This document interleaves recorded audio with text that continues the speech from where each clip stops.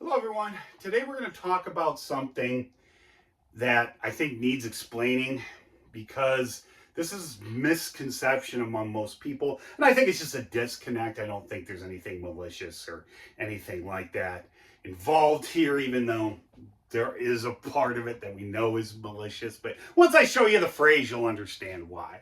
And I'm going to touch on basically what this stuff is a little bit, but you guys are adults, 99% of you, and you already know the first probably 5 minutes I'm going to yabber jabber, okay?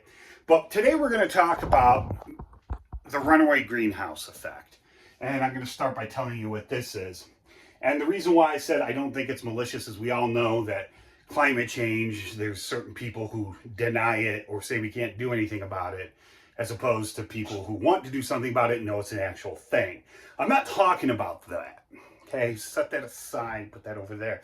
I'm talking about this concept in everyday people. Because there's no, well, no, that's not a thing, I'll get into why. But let's talk first.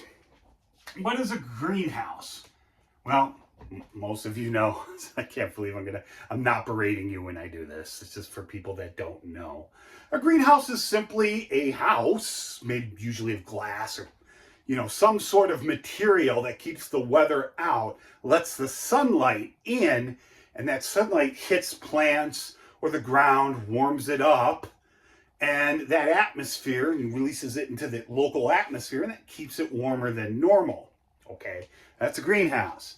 The greenhouse effect is what happens when you pump a lot of greenhouse gases into the atmosphere, and overall global temperature will rise a little bit.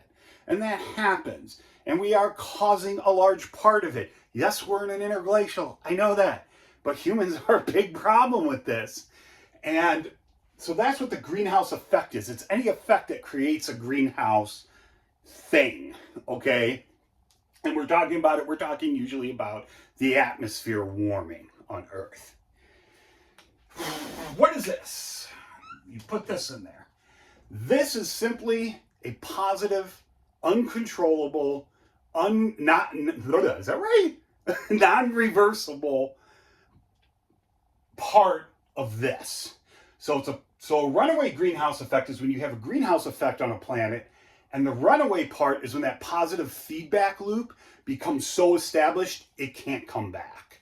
You can't cool down. It's just going to build up, build up, and build up. And a lot of people will often cite this planet as having that, Venus. And I've seen this on tests before too, and so I'm going to try to avoid this here. I put that up there to stop it, and it's still here. So you see a little Greenland flag. Venus is often said to have a runaway greenhouse effect. And I've seen this on college tests. There'll be a question, which planet has a runaway greenhouse effect? And it'll be Mercury, Venus, Earth, and Mars. And everybody picks Earth because they know we're pumping greenhouse gases in the atmosphere, so they assume it's that. And it's wrong. It's Venus, which is also technically not correct. We don't know if Venus was born the way it was, or if that came later, if it was more Earth-like. We speculate. We have some indirect evidence that we can point to, but the fact that no one can agree on any of this is a strong sign we don't know, okay? Now, the atmosphere of Venus, the amount of carbon dioxide, because we're going to start by talking about carbon dioxide, because that's what everybody knows. But this is a minor part of it. Okay, but Venus's atmosphere, for one, is 90 times thicker than Earth. So let's actually do Earth first. But that doesn't matter, because when I show you just the percentages, it's gonna blow Earth away, okay? Earth's carbon dioxide as a percentage in the atmosphere is about that. 0.04%, okay? Yeah, I did miss it. Okay, Venus is 96.5. Mass-wise and volumetrically, that number shoots up. Okay, but we're just talking about the percentage of the atmosphere. So you can see there's a lot more CO2 there. But Earth's early atmosphere was likely similar. Now, Earth's early atmosphere is probably almost maybe 90-ish% carbon dioxide and nitrogen. And it seems to have been thinner than it is now. And if Venus started out in a similar way, that means we've added a whole bunch of carbon dioxide to that atmosphere since then. But if that's how it started, there's really no, I mean, it didn't ever have the opportunity to cool down. Yes, Venus is closer to the sun, but if you swapped Venus and Earth, the temperature on Earth and now Venus' spot would go up about 30 degrees centigrade, which is a lot. It is, but it's survivable. And it wouldn't make anything go extinct right away, okay? It would down the line, but I'm just saying, for the points of making a point, that it's not as hot because of its distance from the sun as people think it is. And Venus, if you put the planets in a line with their semi-major axes or average distances, Venus is the closest planet to Earth. It's not Mars, okay? So Venus is a lot closer to Earth. It's about the same size and mass, too. But it has no surface water. It does have a tiny bit of water vapor in the atmosphere, which, if memory serves, I believe is almost the same as Earth's has on average, but Earth's fluctuates far more. But, you know, it's such a small percentage compared to the rest of the atmosphere. It's probably less than this, if memory serves. But anyway, it doesn't matter for the point of Venus. But Venus has no surface water. And I'm one of those people, I don't think Venus was very Earth-like in its early days. People like to sit there and think that, and, you know, oh, it probably had big-ass oceans, and, you know, that's why it's like this now. And this is me pushing my numbers up higher. I think at most, although I think it's a lot less than this, Venus surface water was probably about, I don't know, 10, 20%, 20% of what Earth is. Actually, it's probably closer to 10. Probably did have surface water. I mean, it's the same size as Earth practically. It's a tiny bit smaller. It's almost as massive. Surface gravity is almost the same. So it's probably less. Why is that? Well, that probably is its proximity to the sun. Now, the sun was only 70% as bright as it is now. It wasn't as luminous. So Venus could theoretically have become Earth-like. However, I don't think it did. Why? Because this planet had a very similar atmosphere in the beginning. Earth, like did I already say it? Was probably about close to 50-50, you know, 45-45 nitrogen and CO2, and it was thinner than it is now. Venus's probably was too, being so close to the sun, even though it was only 70% as luminous as it is now. So Venus and Earth they started out with similar atmospheres, but they weren't the same. And that fact that Venus probably didn't have a lot of water on it probably is a reason for this. All right, and there's one reason it's because of that.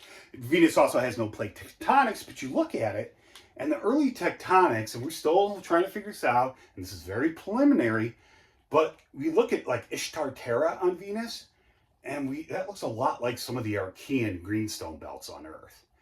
So tectonically, these planets may have started out similarly.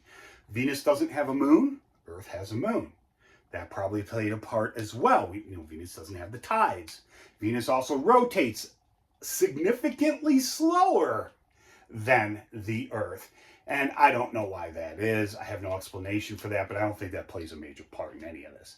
Venus is also volcanically active. Now, the amount of nitrogen it has in its atmosphere isn't too different from Earth's, mass-wise, volumetrically, so the volcanic activity is not too much different. Or at least it wasn't in the early days. Venus might be slightly more volcanic than Earth, or maybe even a little less.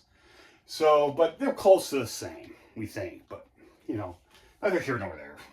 I'm going to talk about, now, we're going to switch from talking about these atmospheres. And I'm not going to talk about Mars, okay? I don't care about Mars. Mars's thin atmosphere is mostly CO2. That was probably more like Earth's atmosphere than Venus's was. Venus probably had a little, well, probably pretty close. I'm not going to draw out any assumptions, but the fact that it didn't have massive oceans like Earth is probably, you know, part of the reason why this is like this too. And I think that plays probably a big, big role. Plate tectonics, not so much, because there's no plate tectonics on Earth when we had oceans either. So it's not a big deal. So we're just going to talk about this guy, and then we're going to go to the elephant in the room. You might be like, well, I don't know what that is. You know, a lot of people don't. So CO2, carbon dioxide, CO2. That is a greenhouse gas. That's what we've been pumping into the atmosphere for the past couple 100, 300 years or whatever, and altering Earth's climate. But we are never going to pump enough into the atmosphere for it to ever become a runaway greenhouse effect. You might be like, why, Steve? Why? Well, carbon, let's just deal with this part first. Carbon, we like to think carbon is really common because it does form in stars, and we're organic creatures, a lot of carbon in us, and there's a lot of carbon, in life in general. So we like to think this is very common. But the mass and volume of the planet as a whole, same with Venus on this, it's virtually nothing. Okay? I think it's less than 1%. All right? It's less, it may even be less. No, I don't think it's less than that. But carbon as a whole, when you take the planets as a whole, is rare in our terrestrial planets. And we consume a lot of it, but there's something else that does too that most people don't think about. Now, this here, oxygen, we'll just say oxygen. And we like to be like, oh, too, it's in the atmosphere, we breathe it, about 21%-ish or so, 21%. We breathe it, and but there's something else that contains a lot more oxygen than this. And we kind of argue about Jorgensen. We kind of argue about which one exactly is because the two are really close. We, on Earth anyway, the percent amount of carbon on Earth as a whole, and I forget the exact number, but it's less than 1%. Okay? It's a lot less than 1%, I believe, compared to what oxygen is. About 50% of the oxygen of the planet Earth is oxygen. We've argued, is it iron? Is it oxygen? On Mars or on Mercury is definitely iron. Venus probably not. Venus is probably, you may be like, oh, that's because the ocean's in the atmosphere. The ocean's in the atmosphere, if you wrapped them all up together and took all the water out of the mantle, not really water, it's hydrated minerals, so it's actually bond to it, but all the OH ions and all that stuff, so we'll just use it, water generically, and took it as a planet's mass as a whole at the most 0.05% of Earth's mass is atmosphere and water, whether that water's on the surface or in the mantle. Okay? Well, where is most of the oxygen then? And this is the same for Venus here. It's in the silicate rocks. Most of you know what quartz is, SiO2, but quartz is not the base for silicates. I've done a lecture on this before. It's SiO4. So, all right, so that's the base, and that's where most of the mantle, which makes up a huge mass of Earth, more than the crust, more than the atmosphere, more than the oceans, more than the core, all put together, is mostly made of silicate minerals. Yeah, iron rich, but they're still silicates for the most part. Okay, so now we don't need that. And Venus is probably similar. It's probably around 50-50. There might be a little less iron in it, actually, which I know sounds weird since it's closer to the sun, but talk for other time. So, if there's so much oxygen and so little carbon, can we ever get to this stage? And the answer to that is yes, we can. Now, but not for the reasons you think.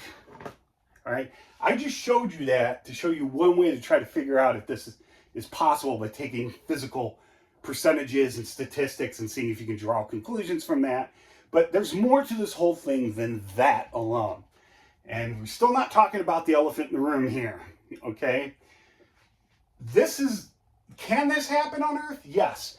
In about 600 million years, when the sun has become so bright that it basically boils away our oceans.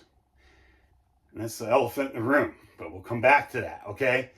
The sun, I know, has about 4.5 billion more years left in it, 5 billion, whatever it is, doesn't matter. Life on Earth will be long dead before then. Because the sun is slowly getting brighter, more luminous over time. So, today, can we do this? If we started just pumping, you know, CO2 into the atmosphere, could we ever get like this? And the answer, we know the answer to this.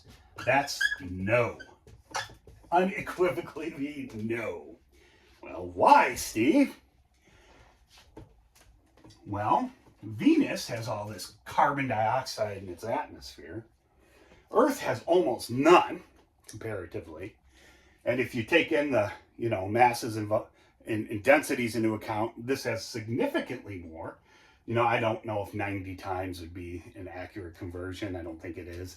But Venus's atmosphere is about 90 times denser than Earth's. It's also not homogeneous as Earth's. Earth is a really weird planet for that. Its atmosphere is very homogeneous. At sea level, the actual composition of the atmosphere is the same as where I am now at about 200 meters. It's the same at 1,000 meters. It just gets thinner, okay? But compositionally, it's the same. And that's actually weird. Mars is the same way, okay? And that has to do with winds and stuff like that and thinner atmospheres than Venus has. And Venus has sulfuric rain, but so, you know, Earth does not. I mean, when I say sulfuric rain, acid rain, I mean pure. But it doesn't reach the ground. It re-evaporates before that because Mars or Venus's atmosphere is so dense. But talk for another time. So there are no sulfuric acid ponds on the surface of Venus. It's a very dry planet, even though it does have some water vapor in the atmosphere. Earth has one thing that Venus does not have. When it comes to this, all right? I know it doesn't have life. I know it doesn't have vast oceans, although that is something. But Earth, that's not what I'm talking about. Most of Venus's carbon is in the atmosphere. Where's most of Earth's carbon? It's not in you and me. It's not in the plants. It's not in the oceans. That's a lot there, but that's not it. Think for a second. Where do you think most of it is? Venus doesn't have any of these. Well, we're going to talk about rocks here, so the geology comes in. Earth has a lot of CaCO3. I know there's dolomite and other carbonate minerals. I don't care. We're just talking generically here. This is calcite and also the chemical formula for pure limestone. Okay? We have a lot of limestones and carbonate rocks on Earth. Venus only has volcanic rocks. It may have some clastic sediments just from, you know, stuff being blown in the air. And, you know, Venus's wind is so weak on the floor, on the planet, but it could still knock you over because of the pressure of the atmosphere. Mars is the opposite. I know you see all these movies where the winds come in and the sandstorms come and all of a sudden it knocks everything over. Mars' atmosphere doesn't do that. In the worst of Martian storms, you could stand there with a spacesuit on like this and be fine. The atmosphere's just not thick enough. Well, I mean, you might get stuff clogged in your suit, but you know what I mean. You're not going to go, your landing capsule isn't going to get blown away sky high. That's not going to happen. So Earth has carbonate rocks. Venus does not. Now I might have some carbonanite, which is an igneous carbonate rock, but those aren't common, okay? And they usually form, I know some geologists will disagree with me on this, but, you know, I identify rocks based on their composition, not their origin, which is something we've been trying to get away from, that origin thing for a while, but it keeps creeping back in because the old timers just won't let it go. Carbonanites can form from alteration of rocks, serpentine, oh man, my head, of very ultramafic rocks like peridotite, okay? So it forms that, but there's something key that can form that, and there's the elephant in the room, also something Venus doesn't have. And Earth has a ton of, at least on the surface. And that, obviously, most of you haven't figured it out. SH2O is water. Like I said, it's not a very large percent of the mass of the planet as a whole. But on the oh wait, no, actually that's wrong. I think it's, I'm sorry guys. It's this. It's just 0.05. It's that. So it is slightly more than that. Okay, sorry, my bad. It's this. Okay. I just messed up a decimal there before. So this is the correct number. But there's a lot of it on the surface. It covers 70% of the surface. So there's a lot here. And this little guy here, this little, has a evil side.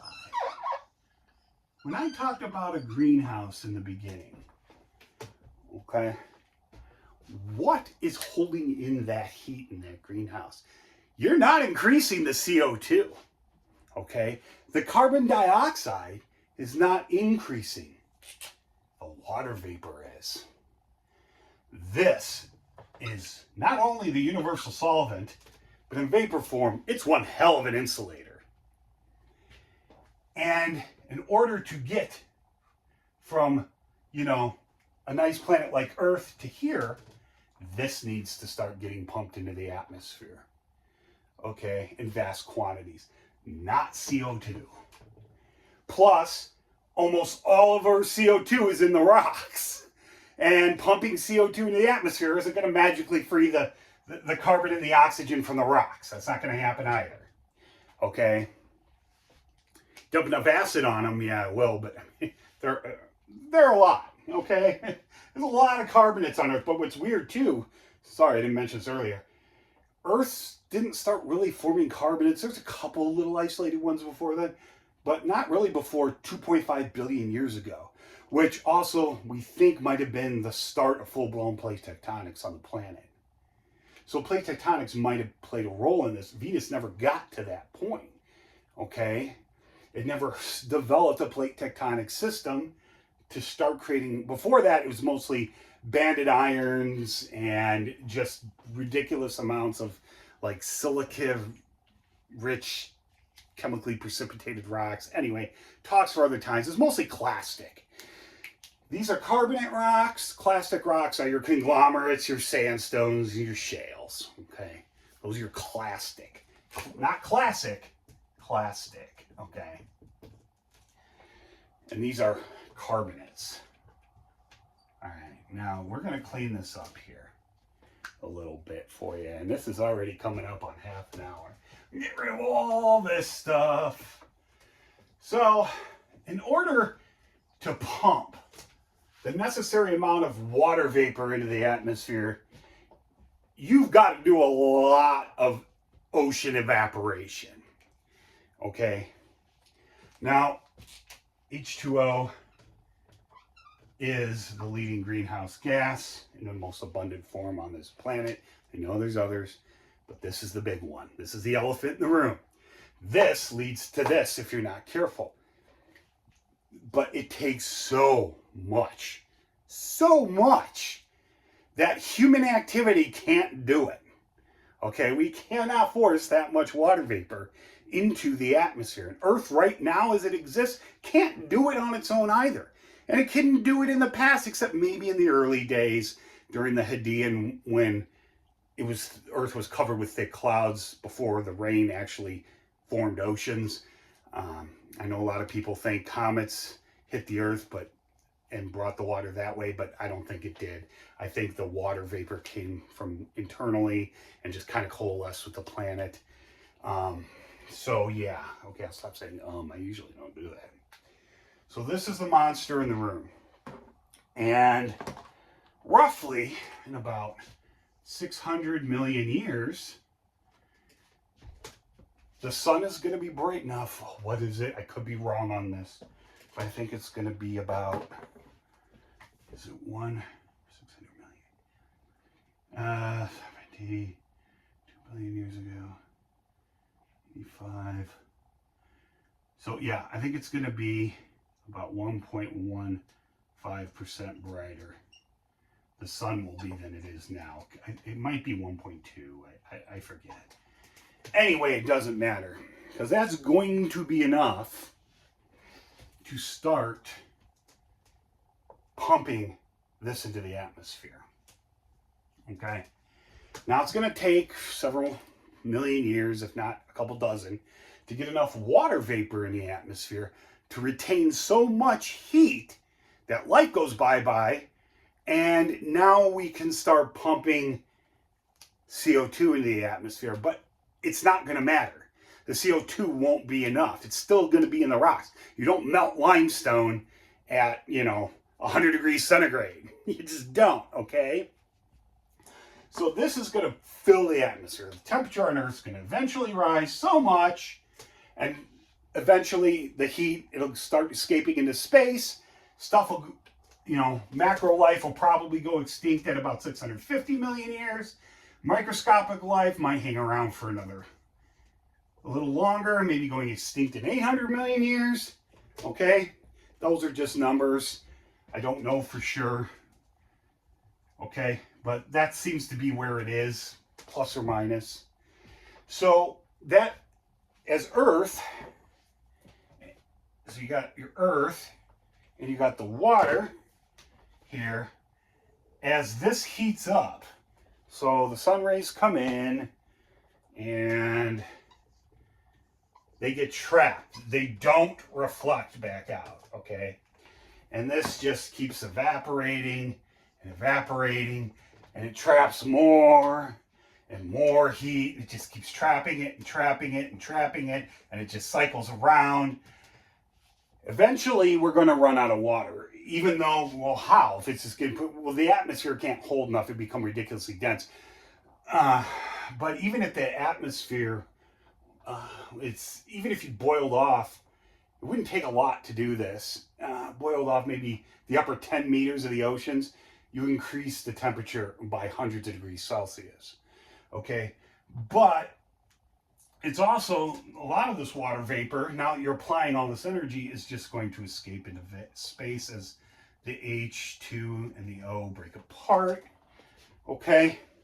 And eventually, what will happen is Earth will just be barren. It'll be a barren world. Its atmosphere, I don't know. It won't be same as Venus's. Can't be, because the rocks will still be there. Plate tectonics is figured to stop at about 1 billion years from now. So, the oceans will probably take, they might be around for another 1.5 billion or something like that before they actually all go away. It's a very slow process. All right, plus the mantle still has some water in it. So volcanoes do introduce water into the atmosphere, just not in the concentrations to do that, at least not today. So that is what causes a runaway greenhouse effect on Earth. And as far as we know, that's pretty much the same. Because even if Venus started out with a similar atmosphere to Earth, you can't pump that much carbon into it to make it that dense. Not without some water. And at maximum, 20% would probably do that. It'd probably be a lot less than that. And since that never formed in carbonate rocks, it just kind of stayed in the atmosphere. Okay, at least that's how I understand it. But we got to stop calling Venus a runaway greenhouse effect, because it's not. It never had a negative feedback loop. It was always positive. So, anyway, that's it. If you have any questions or comments, please leave them below, and I hope you learned something.